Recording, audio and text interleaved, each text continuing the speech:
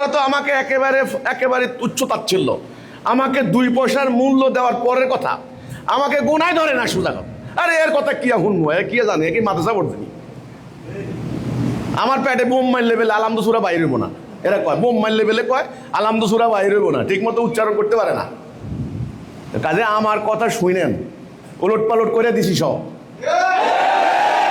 সব উল্টে গেছে, গোড়া কাটা দিছি, অহংকারের গোড়া। এটা আল্লাহর সিদ্ধান্ত। রাসূলুল্লাহর উপরে যখন ওহী নাযিল হয়েছিল, ওনাকে যখন প্রথম জিবরাইল আলাইহিস আমিন বলছিলেন ইকরা, উনি বলছিলেন কি, আমি তো পড়তে পারি না। সোজা উত্তর, আমি তো পড়তে পারি না।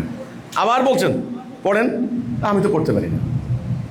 কেন? মক্কার পড়ুয়া লোক ছিল না, জ্ঞানী লোক ছিল না, বড় বড় আলেম ছিল না, আল্লামা শায়েখ কি ছিল না? ছিল। আল্লাহর পছন্দ কি ভুল হয়েছে? বাছাই কি ভুল হয়েছে? সিলেকশন কি ভুল হয়েছে?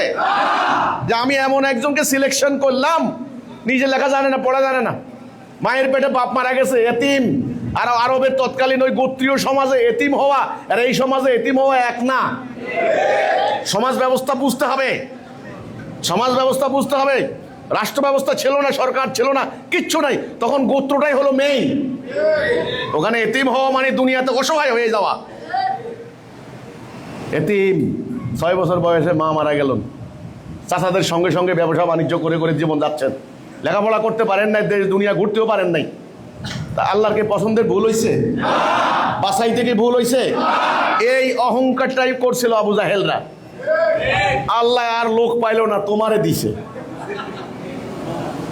ওরা কি বলতো? আল্লাহ আর লোক পাইল না, তোমারই দিছে।